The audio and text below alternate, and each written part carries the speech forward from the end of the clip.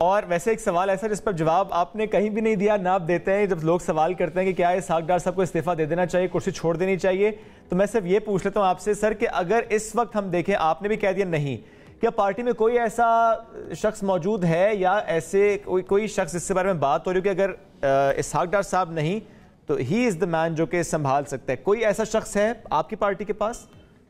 جی بالکل بتیرے لوگ ہیں جو کہ کر سکتے ہیں. میں نے ہمیشہ کہ احسن اقبال صاحب جو ہے، مطلب میں تو پہلے بھی یہ کہتا تھا کہ جب مجھے انہوں نے ہٹایا تو مجھے اگر ہٹا کے احسن اقبال صاحب کو لے آتے تو یہ کرائسس یہاں پہ نہیں ہوتا، کیونکہ وہ امپورٹنٹ اسکول سے MBA کرے ہوئے ہیں، ایک سمجھ آتے ہیں اس چیز کی. تو احسن اقبال صاحب ہیں، خواجہ آصف صاحب ہیں.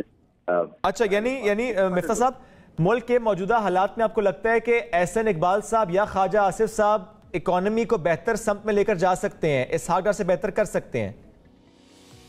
میں یہ سمجھتا ہوں کہ ڈار صاحب کی کیونکہ کریڈیبلٹی نہیں رہی ہے انٹرنیشنل انسٹیٹیوشنز کے اندر، تو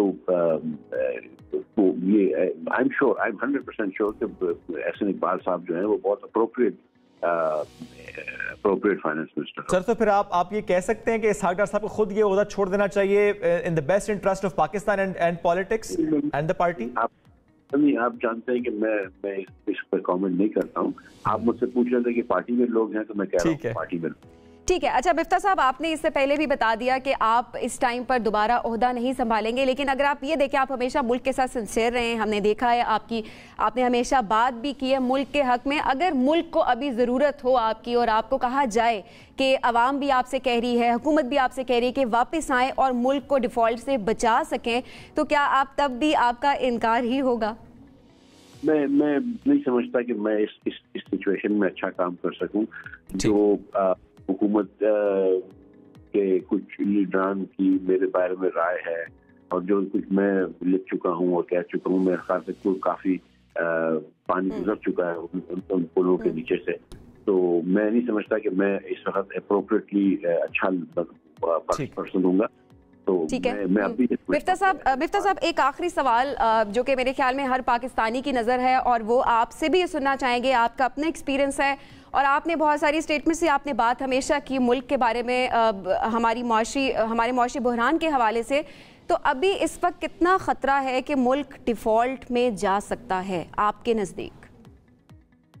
دیکھیے، میں یہ سمجھتا ہوں کہ انشاءاللہ تعالیٰ اگلے چند دنوں میں اب جب حکومت نے یہ فیصلے لیے ہیں، دیر سے لیے ہیں، اس سے تھوڑا سا زیادہ وہ کرنا پڑا، لیکن اب جب یہ فیصلے لیے ہیں اور انشاءاللہ تعالیٰ اگلے 2-4 دنوں میں IMF سے ہمارا ایگریمنٹ ہو جائے گا تو ڈیفالٹ کا خطرہ جو ہے وہ بہت سبسٹینشلی کم ہو جائے گا. کیونکہ دیکھیں، اسحاق ڈار صاحب کہتے ہیں ڈیفالٹ نہیں ہے، خواجہ آصف صاحب کہتے ہیں کہ ڈیفالٹ ہے، اور آپ کی رائے بھی یہ لگ رہی ہے کہ ڈیفالٹ کا خطرہ ہے ضرور لیکن ٹل جائے گا.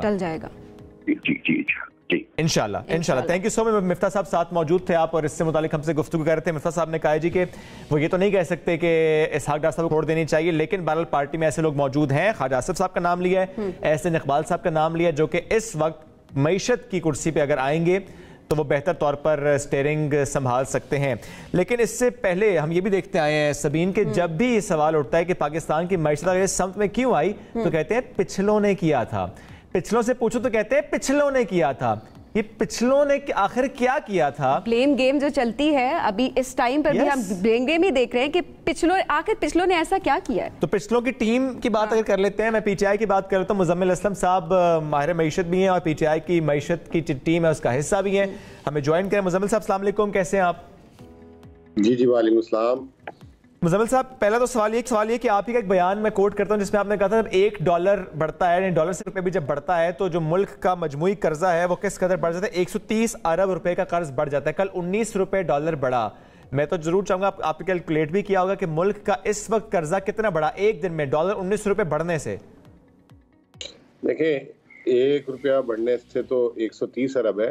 آپ کل کے 19 روپے نہیں لیں، جس دن سے مفتاح اسماعیل صاحب نے بھاگ دوڑ سنبھالی تھی اس دن سے لے کر ابھی تک کا حساب لے لیں تو 14,300 ارب روپے ملک کا قرضہ بڑھا. اور مجموعی طور پہ یہ اس حکومت نے ایک سال میں پاکستان کا 21,000 ارب قرض بڑھایا ہے.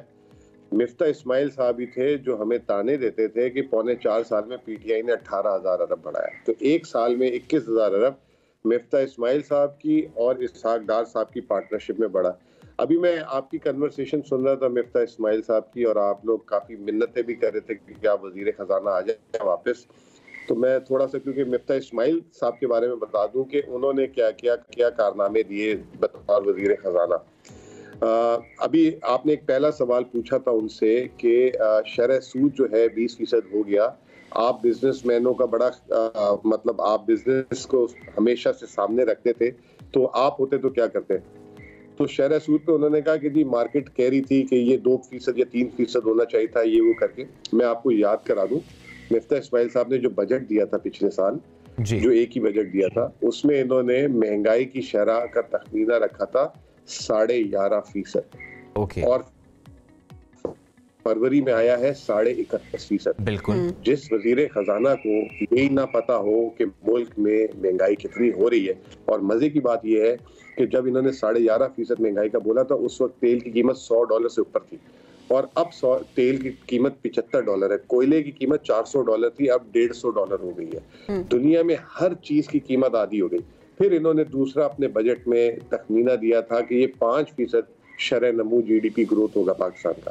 پھر انہوں نے فلڈ کا بہانہ لے کے اس کو 2% کر دیا.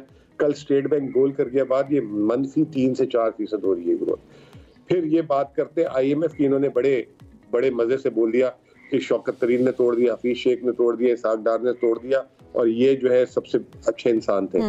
بھائی انہوں نے جو پچھلے سال بجٹ دیا تھا نا، IMF نے 3 دفعہ ان سے صحیح کرایا. انہوں نے 3 دفعہ ان کو ٹوپی پہنانے کی کوشش کی، 3 دفعہ ان سے بجٹ صحیح کرایا. پھر انہوں نے ہی یہ جو آج اسحاق ڈار پہ سارا نزلہ اتر رہا ہے نا، یہ سارے ان ریئلسٹک. سب سے پہلے تو ان سے سوال یہ پوچھیں کہ جب سپتمبر میں پروگرام ختم ہو رہا تھا IMF کا، آپ نے 9 مہینے اس کو بڑھوایا کیوں؟ اور 9 مہینے بڑھوانے کے بعد صرف آدھا بڑھوایا، اور وہ بھی جو انہوں نے بڑھایا اس کا نیا پروگرام جو بار بار ابھی جیسے آپ نے بھی ایک سوال کیا کہ یہ کہتے ہیں مسلم لیگ نون والے کہتے ہیں کہ PTI کا IMF کا معاہدہ.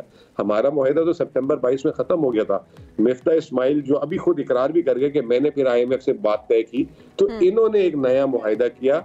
اس نئے معاہدے کی جو ان ریئلسٹک، اسی وقت ہم نے پریس کانفرنس، انہوں نے جو ان ریئلسٹک معاہدہ کیا جس کو عمل درآمد جیسے انہوں نے کیا اسحاق ڈار صاحب نہیں کر سکے، اور پھنس گئے ہم سارے.